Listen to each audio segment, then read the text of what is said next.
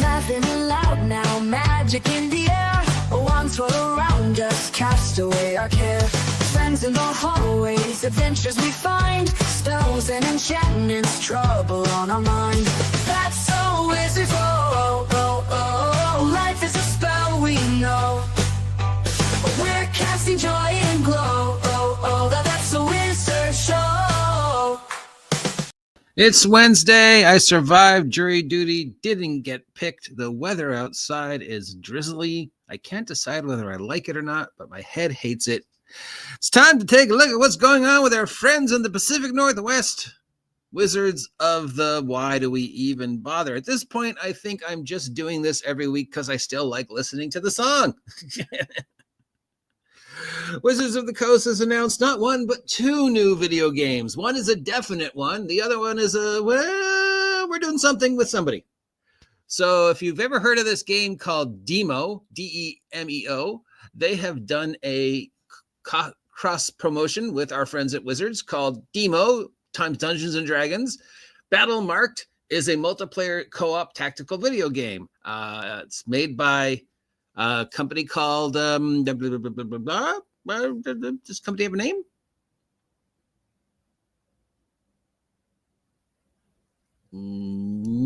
Made by some company somewhere that makes video games. It'll be available on Steam, PS5, MetaQuest. It's a Dungeons and Dragons expansion for the dungeon crawling video game. Demeo is a tactical combat dungeon crawl video game. It describes itself as a cross-platform cooperative adventure for up to 4 players that recreates all the magic and camaraderie of the old days of D&D. It's 3D virtual tabletop looking at 3D miniatures. You and 3 friends will control adventurers in the Forgotten Realms. And everyone is saying quick turn-based combat, 3D environments, big animated dice, animated miniatures, and spell effects. So I guess it's not a solo play. You got to get friends. I have never seen anybody playing this. It doesn't look awful. Looks kind of fun. Very, very derpy, chibi. I kind of like that. Is the name of the company Battle Marked? We got a gameplay reveal. Let's take a look. Highlight the top right. From the depths of Neverwinter Wood, 4 battle-marked heroes will find their courage tested. You must protect me! It's vital I reach the elves or it'll be war! We need to protect Lord Elmer somehow. Oh, the gameplay over there. I think we need to team up here. Wait, I have an oil flask. Didn't you know? Fireball? Always fireball. They set out to save one man, but they just might save the world. Now we got wolves. And we are out of cards. There's a chest. I'll grab it. Sweet. All right, I don't hate it. It looks fun. If I had some friends, which I don't, I'd play it with friends. I like it. It's derpy. It's kind of silly, which D&D should be. I don't know if my head could take prolonged play of it, but I don't hate it. It looks fun. It looks derpy. It looks goofy. It looks chibi. It obviously doesn't take itself too seriously, which is maybe what a D&D video game needs to be in order to be successful going forward, because obviously the forced virtue signaling thing is coming to an end, thank God.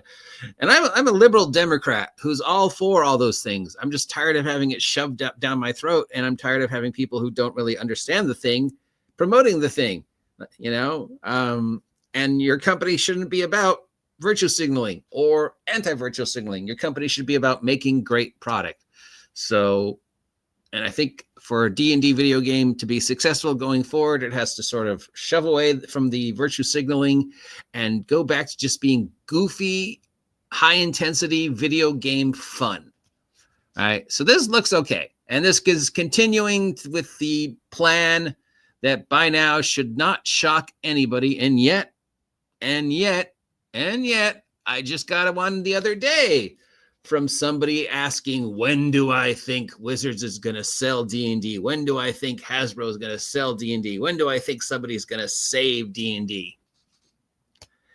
And my answer might have been a little testy, maybe a little insulting, but after 5 years of me telling you this on a weekly basis, the fact that people still think it's going to change, I kind of find frustrating. And I don't know if people are saying this to me because they really think Wizards is going to change, or if they're just trying to be counterintuitive. Because nobody on the face of the planet should still be surprised that Wizards of the Coast is continuing to do exactly what they've been saying they're going to do since 2020. Nothing they're doing is a surprise anymore. We had the big OGL Pinkertons surprise, and we had the stupid stuff that Crawford says and Mackenzie Diom says, and these momentary blips of dumb. But otherwise, the path was set, and they haven't diverged from the path. So any expectations that suddenly Wizards of the Coast is going to wake up and go, whoa, wait a minute. No, it's not going to happen. And as any thoughts for Hasbro selling D&D, Hasbro will sell D&D when they sell Monopoly. Hasbro will sell D&D when they sell Play-Doh. Hasbro will sell D&D when they sell Peppa, i.e. probably not going to happen.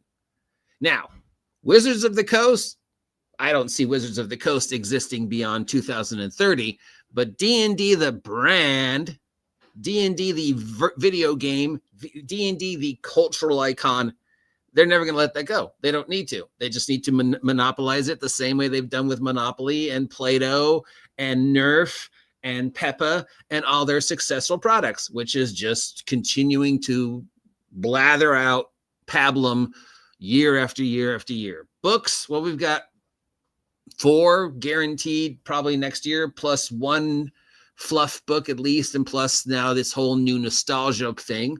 And they can milk the nostalgia for another 10 years. Hey, look, we're doing Against the Giants again. Hey, look, we're doing Vault of the Drow again. Hey, look, we're doing Expedition again. Hey, look, we're doing Vault of, Tomb of Horrors for the 3,000th time again.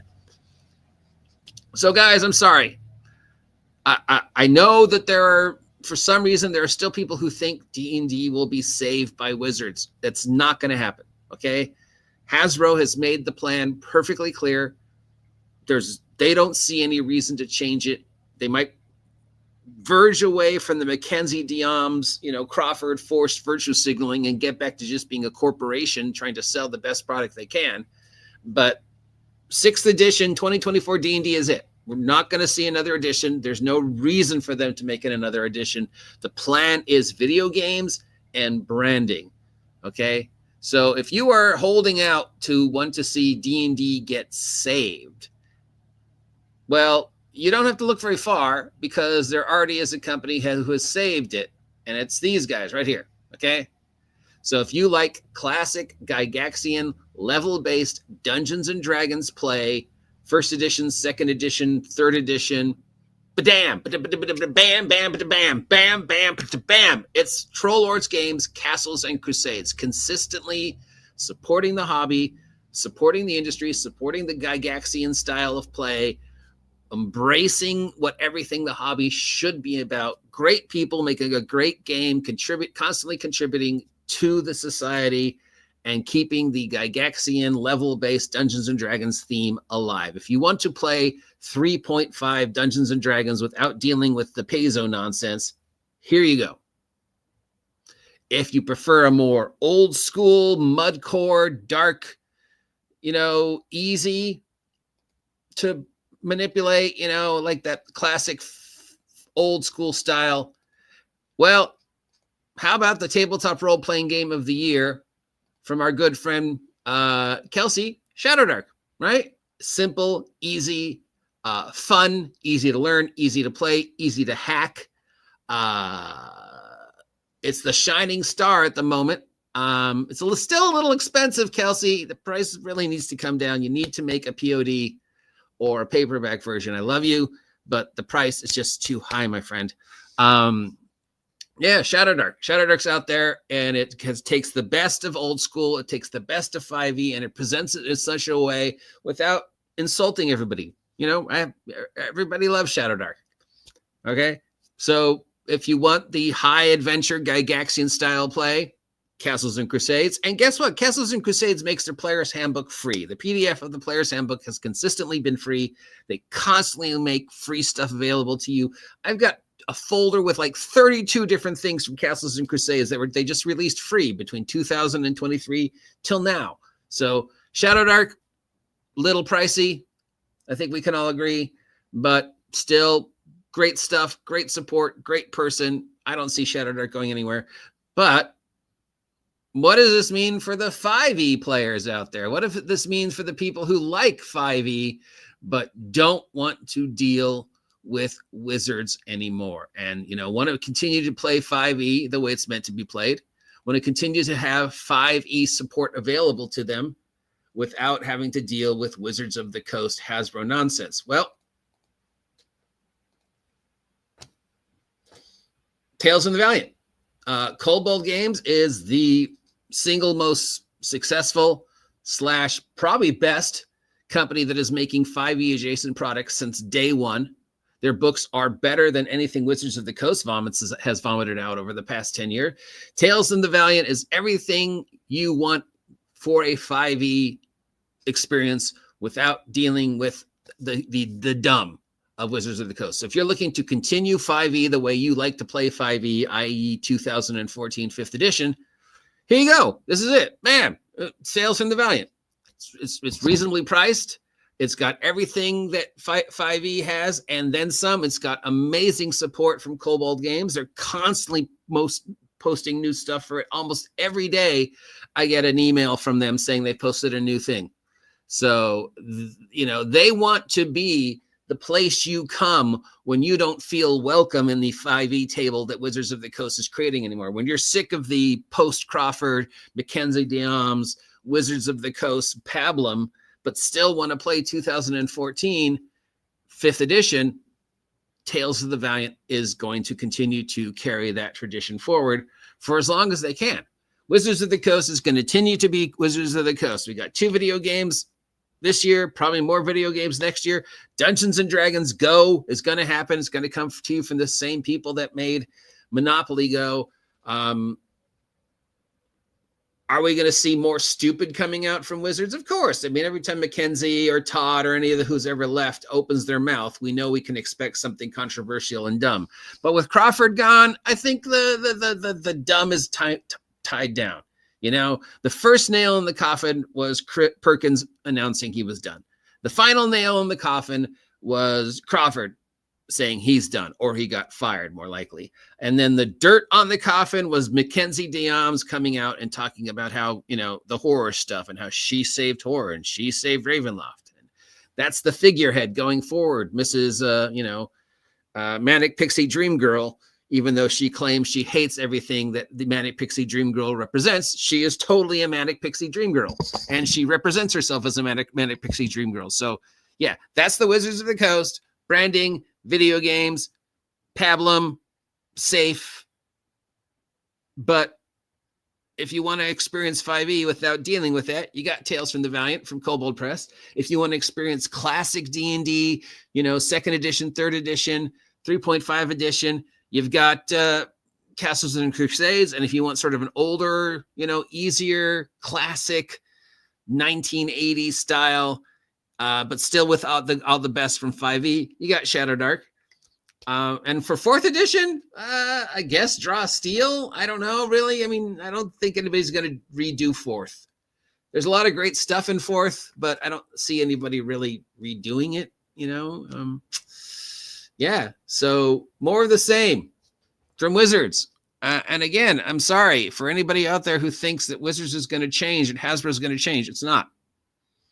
Just look what they've done with Monopoly and replace that with Dungeons and Dragons, and you're going to see the same thing. Dungeons and Dragons Seattle instead of Monopoly Seattle. Dungeons and Dragons, Spider-Man instead of Monopoly Spider-Man.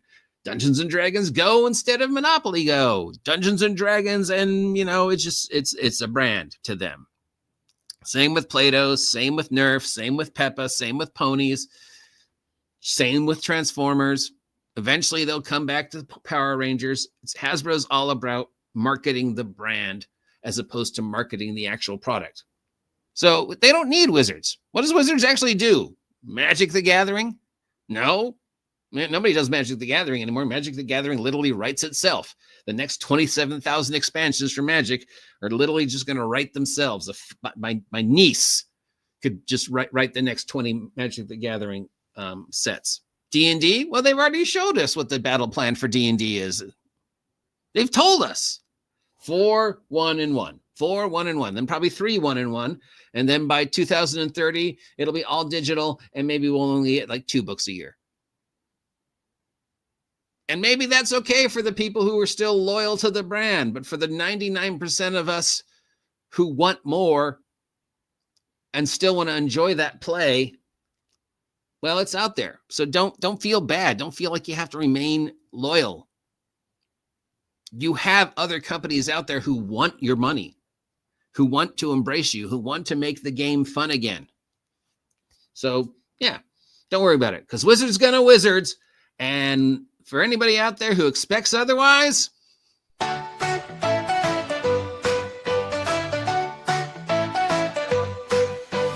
laughing aloud now, magic in the air. Wands roll around us, cast away our care.